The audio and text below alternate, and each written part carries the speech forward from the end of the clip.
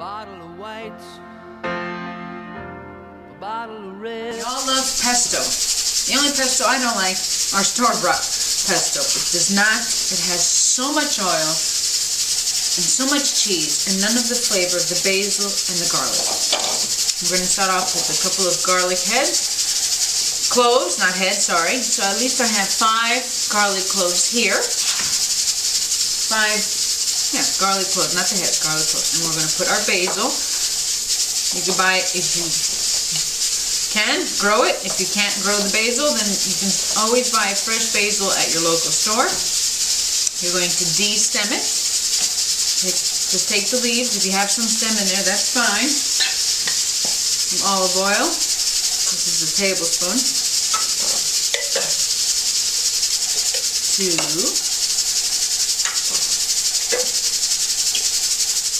And 3. So 3 tablespoons. If you don't have a fresh lemon, use some real lemon juice. Put a little splash in there. And buy yourself some really good Italian cheese. Pecorino Reggiano. Not the Parmesan. Reggiano cheese. It's sharp. It has its own salty flavor.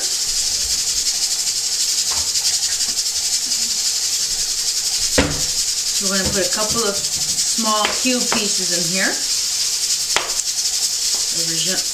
The Italian cheese. It's dry. It has its own salt flavor, but always add a pinch or 2 of kosher salt. That's a good pinch. And then we're going to blend it. If you have a food processor or a hand processor. Now that we got some of it grinded down, we're going to add some pine nuts. If you do not have pine nuts, you can use almonds.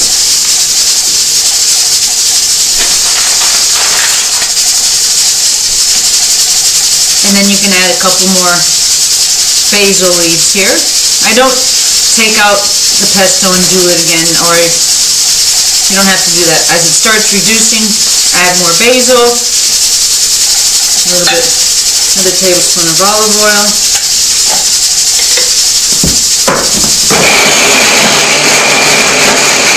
Keep on reducing and reducing until all of this great pesto. This pesto is so much better than store-bought. I've sometimes bought store-bought because I didn't have any fresh. I have times bought store-bought pesto because I didn't have any fresh at home and they didn't have any basil. But if they have basil, buy the basil, peel off the leaves from the stem, some pine nuts, a pinch of salt, add another one here, olive oil, fresh lemon, half a lot of the lemon, some lemon juice, whichever you have at home. As you see, it's reduced down here. So it's reduced down to a beautiful, chunky liquid form. I really don't get the ones in the store. They're just more oil than flavor. And I think it's probably because it's cheaper. But people think, oh, it's great. You could probably use the oil one, the ones from the store, for, I guess, using it for last minute, for your pastas or dips or whatever. But I don't recommend it. Put another piece of cheese. If you do not have Italian cheese in the block form, you can use the Parmesan cheese, the powdered form that you buy grated from the store. If you have a lot and you have a big food processor, fine, but I find it doing it in the small one, I have more control. Oh, the flavorful leaves. It is so aromatic. It is a great dish for using in your angel hair pasta. You can also put it on spreads, bruschetta bread. Great stuff. You can use pesto for anything.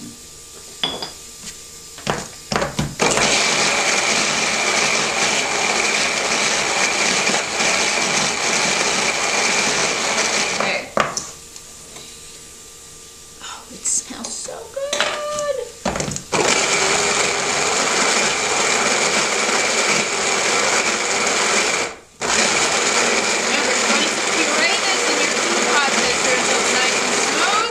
If you like it a little bit chunky, you process it less. If you like it smoother, you process it more. And of course, you always want to taste it. See? It's like butter. Butter, I tell you. See, it's nice and thick. Sorry. See, it's nice and thick. We're going to taste it on a cracker, or just for taste. Oh, yes. It is oh so good. But I think we got all the pieces. Nope, nope. There's a garlic head there. You want to take a butter knife. Make sure there's no... Yeah, I think that's garlic head. So we're going to process it. Take a butter knife just to make sure all your pieces have been chopped down. If you find that you have some garlic head or pieces of cheese that need to be pureed some more, move it up.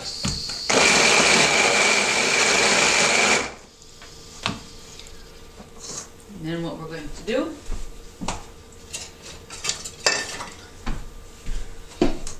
you can keep pesto in the fridge. It will change color, unfortunately, just like avocados and so forth. The green will not be bright anymore, but it's not bad. It hasn't gone bad. You can use it for a long time. You keep it in the fridge. I don't know, I've kept it in the fridge for a week or so. And the color changes, but it has not gone bad. With the garlic, the salt, the lemon juice, it keeps it preserved well in the fridge. We're going to put everything in our dish. Remember, the color of your pesto, this is a nice vibrant green, will change, unfortunately, to a darker green, but does not mean that it has gone bad. It is great for your pasta sauces, for putting it in the center of chicken, and make it a stuffed chicken. You would take a piece of chicken meat, put this in the center, roll up the chicken meat, bread it. That's also good too. You can use pesto for all your favorite recipes, Italian, non-Italian, anything.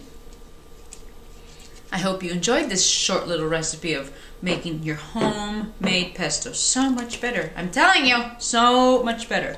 You can also dress this up by adding pieces of sun-dried tomato to make it a little bit sweeter than sharp, because this is a little bit sharp because it's garlic, parmesan, and pine nuts. If you add a piece of sun-dried tomato, it'll make it sweeter. Enjoy. It is a beautiful thing. Pesto. Who knew?